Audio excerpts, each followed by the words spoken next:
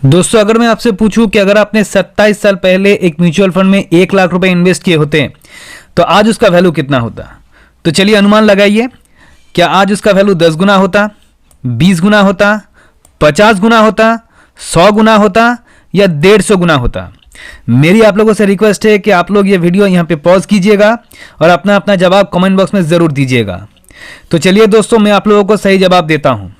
तो सही जवाब है 200 गुना। जी हाँ दोस्तों, आपने सही सुना, सही जवाब है 200 गुना यानी 200 टाइम्स। यानी कि 27 साल पहले अगर आप एक म्यूचुअल फंड में 1 लाख रुपए इन्वेस्ट किए होते तो आज के डेट में उसका वैल्यूएशन होता 2 करोड़ रुपए। तो ये कौन सा म्यूचुअल फंड है, डिटेल में जानेंगे आज के वीडियो में। आज के वीडियो में जानेंगे उसका एसेट एलोकेशन क्या है, कौन कौन से सेक्टर में म्यूचुअल फंड पैसा लगाता है और उसका रिटर्न परसेंटेज कितना है। तो वीडियो शुरू करने से पहले आप लोगों से एक ही रिक्वेस्ट है कि आप लोग मेरा वीडियो एंड तक देखें और अगर आप लोगों को मेरा वीडियो पसंद आए तो आप लोग मेरा चैनल फिनोस्कोप लाइक, शेयर और सब्सक्राइब कीजिए। तो चलिए दोस्तों, लेट्स स्टार्ट। तो दोस्तों, उस म्यूचुअल फंड का नाम है निप्पॉन इंडिया ग्रोथ फंड। जी हाँ दोस्तों, इस फंड में अगर आप 27 साल पहले यानी कि जब ये फंड लॉन्च किया गया था तब इस फंड में 1 लाख रुपए इन्वेस्ट किए होते तो आज उस 1 लाख रुपए का वैल्यूएशन होता 2 करोड़ रुपए, 2 करोड़ रुपए से भी ज्यादा। मैं आप लोगों को प्रूफ के साथ दिखाऊंगा, जो मैं बात बता रहा हूं वो बिल्कुल सच है। और यहाँ पे एक चीज का ध्यान दीजिएगा कि मैं यहाँ पे एक म्यूचुअल फंड की बात कर रहा हूँ, किसी भी इक्विटी शेयर की बात नहीं कर रहा हूँ। तो चलिए सबसे पहले इस म्यूचुअल फंड का एक ओवरव्यू जान लेते हैं। तो देखिए दोस्तों, इस म्यूचुअल फंड को लॉन्च किया गया था 8 अक्टूबर 1995 को, यानी कि 27 साल पहले। और आज के डेट में यानी कि 31/12/2021 यानी कि 31 दिसंबर 2021 तक इस म्यूचुअल फंड का जो AUM है वो है 11,906 करोड़, 11,906 करोड़ रुपए का। और इस फंड का जो बेंचमार्क है वो बेंचमार्क है निफ्टी मिड कैप 150 TRI। यानी यहाँ से साफ साफ ये जाहिर होता है कि ये जो फंड है ये एक मिड कैप कैटेगरी का फंड है।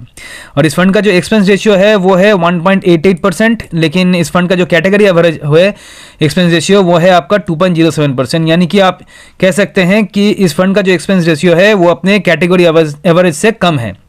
और अगर आप इस फंड में SIP इन्वेस्टमेंट करना चाहते हैं यानी कि हर महीना इन्वेस्टमेंट करना चाहते हैं तो उसके लिए जो मिनिमम इन्वेस्टमेंट आपको हर महीना करना पड़ेगा वो है 1,000 रुपये।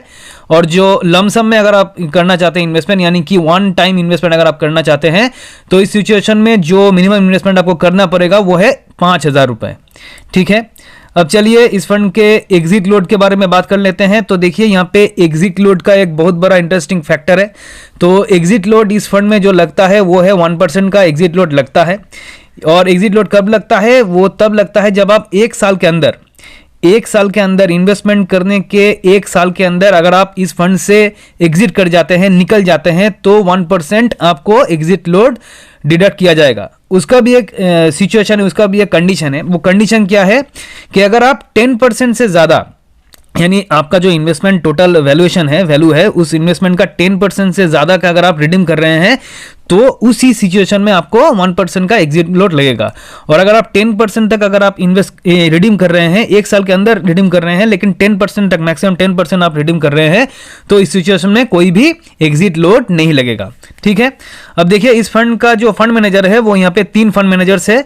एक है आपका मनीष गुनवानी, उसके बाद ध्रुमेल शाह और तेजस सेठ। ठीक है, तो चलिए दोस्तों बात कर लेते हैं इस फंड के एक पोर्टफोलियो क्लासिफिकेशन के बारे में। तो दोस्तों ये जो फंड है, इस फंड का जो AUM है उस AUM का मैक्सिमम पैसा इक्विटी में इन्वेस्ट होता है। कि जैसे कि आप लोग देख सकते हैं कि 95.44% पैसा इक्विटी में इन्वेस्ट होता है। तो इससे आप लोग कह सकते हैं कि ये जो फंड है ये फंड एक इक्विटी बेस्ड फंड है। डेट में बहुत ही कम परसेंटेज पैसा इन्वेस्ट होता है, 0.45% पैसा ही सिर्फ 0.45% पैसा लगता है डेट में और अदर्स में है 4.11%। तो मैं फिर से एक बार कह देना चाहता हूं कि ये जो फंड है ये एक प्योरली इक्विटी बेस्ड फंड है। तो चलिए आगे बढ़ते हैं और बात करते हैं इसके एसेट एलोकेशन के बारे में। तो देखिए दोस्तों, ये जो फंड है जैसे मैंने बताया कि एक मिड कैप कैटेगरीज का फंड है, तो जाहिर सी बात है इस फंड का मैक्सिमम परसेंटेज पैसा मिड कैप कैटेगरीज के स्टॉक्स में इन्वेस्ट होते हैं।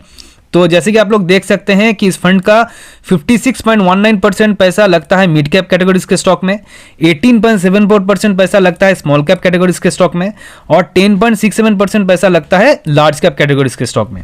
तो दोस्तों आप लोग देख सकते हैं कि तीनों कैप्स का एक बहुत अच्छा यहाँ पे कॉम्बिनेशन किया गया है, तो आपको तीनों कैप का एक्सपोजर ही बहुत अच्छी तरीके से मिलता है।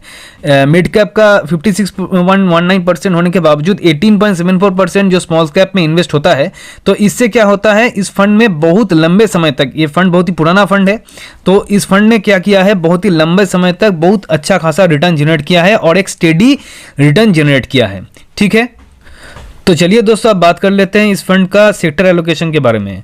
तो सेक्टर एलोकेशन में यहाँ पे मैं सिर्फ टॉप 10 सेक्टर्स की बात करूंगा। तो टॉप 10 सेक्टर्स में सबसे पहला आता है फिनेंशियल्स में 19.66%, सर्विसेज में 11.14%, एफएमसीजी में 9.71%, इंजीनियरिंग में 7.59%, कंस्ट्रक्शन में 7.41%, हेल्थ केयर में 7.33%, टेक्नोलॉजी में 6.78%, ऑटोमोबाइल में 5.94%, कंज्यूमर ड्यूरेबल में 5.07% और केमिकल्स में 4.62%। और अगर हम टॉप 3 सेक्टर्स की बात करें और टॉप 3 सेक्टर्स की अगर हम वेटेज लें, तो टॉप 3 सेक्टर्स की वेटेज होता है 40.51%।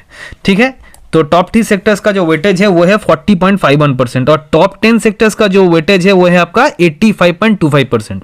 मैं फिर से बोल देता हूं, टॉप 10 सेक्टर्स का जो वेटेज है वो है 85.25%।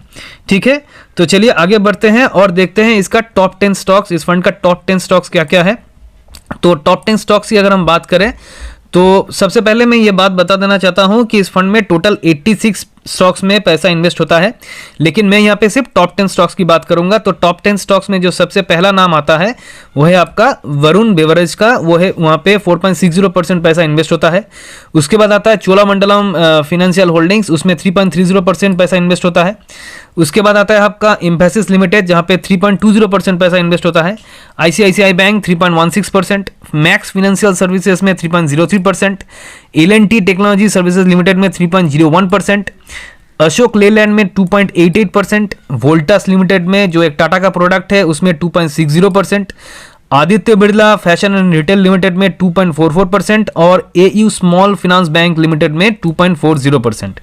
ठीक है, और अगर हम टॉप 10 स्टॉक्स की वेटेज लें, तो टॉप 10 स्टॉक्स का जो वेटेज है वो है आपका 27.32%।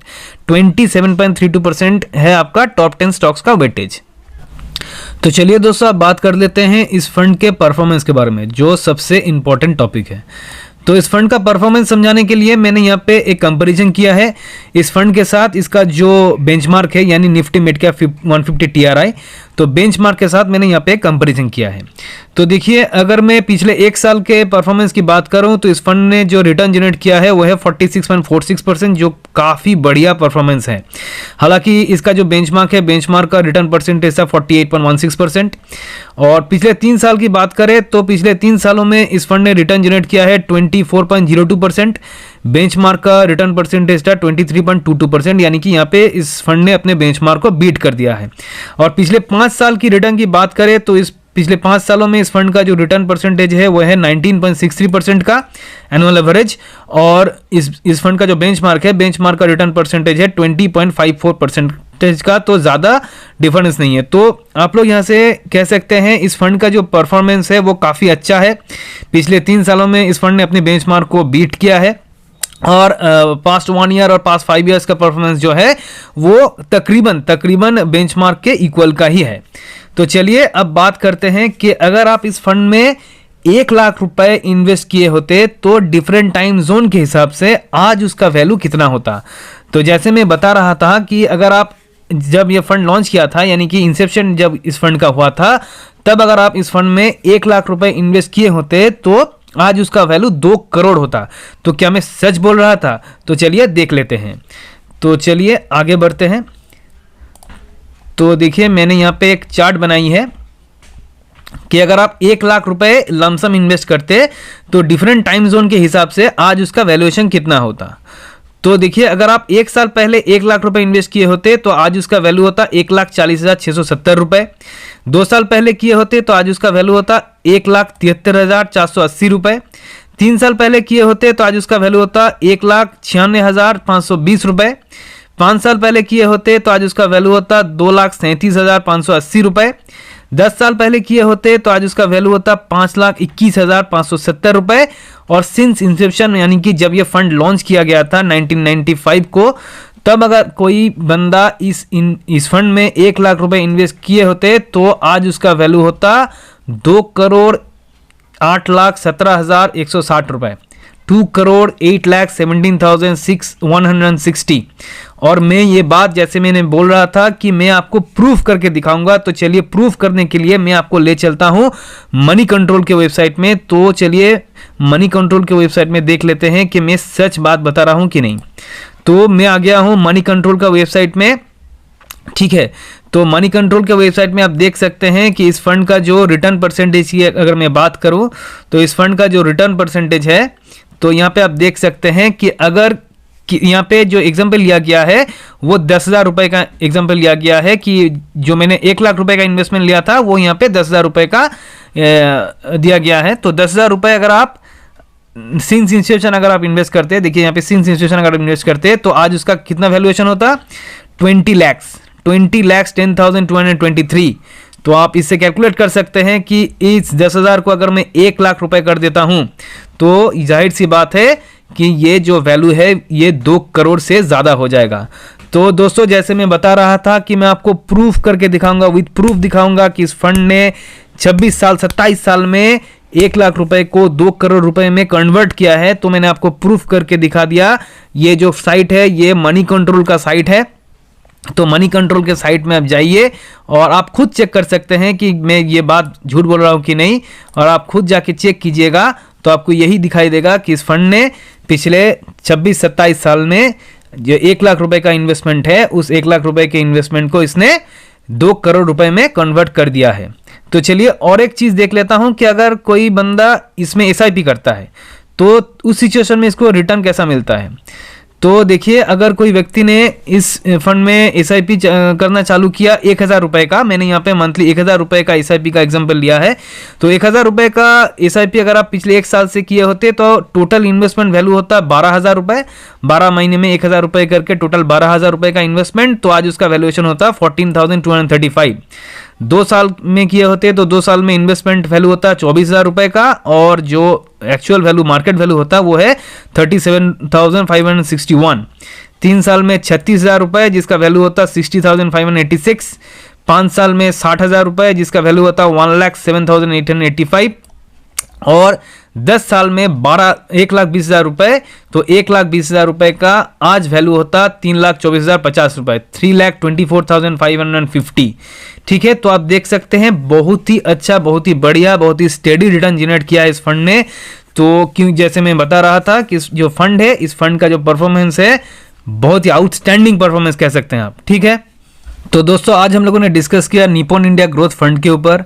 हमने इस फंड का सेक्टर वाइज एलोकेशन देखा, पोर्टफोलियो क्लासिफिकेशन देखा, रिटर्न परसेंटेज देखा, और इस फंड का जो रिटर्न परसेंटेज है वो काफ़ी स्टेडी रिटर्न परसेंटेज है। बहुत लंबे समय से ये फंड ने स्टेडी रिटर्न जनरेट किया है, बहुत ही अच्छा खासा रिटर्न जनरेट किया है। तो आखिर में मैं बस एक ही बात बताना चाहूँगा कि अगर आप मिड कैप कैटेगरीज के म्यूचुअल फंड में इन्वेस्ट करना चाहते हैं तो ये फंड आपके लिए एक आइडियल फंड हो सकता है, क्योंकि फ्यूचर में भी ये फंड ऐसे ही परफॉर्म करता रहेगा, क्योंकि इसका जो सेक्टर एलोकेशन है, एसेट एलोकेशन है, ये बहुत ही अच्छा खासा एसेट एलोकेशन है। सेक्टर वाइज एलोकेशन भी बहुत अच्छा खासा सेक्टर वाइज एलोकेशन है। तो उम्मीद करता हूँ आप लोगों को ये वीडियो पसंद आया होगा, और अगर आप लोगों को मेरा वीडियो पसंद आए तो आप लोग मेरा चैनल फिनोस्कोप लाइक, शेयर और सब्सक्राइब कीजिए। तो मिलते हैं एक नए टॉपिक में, नए वीडियो में। तब तक के लिए खुश रहिए, सेफ रहिए। Thank you.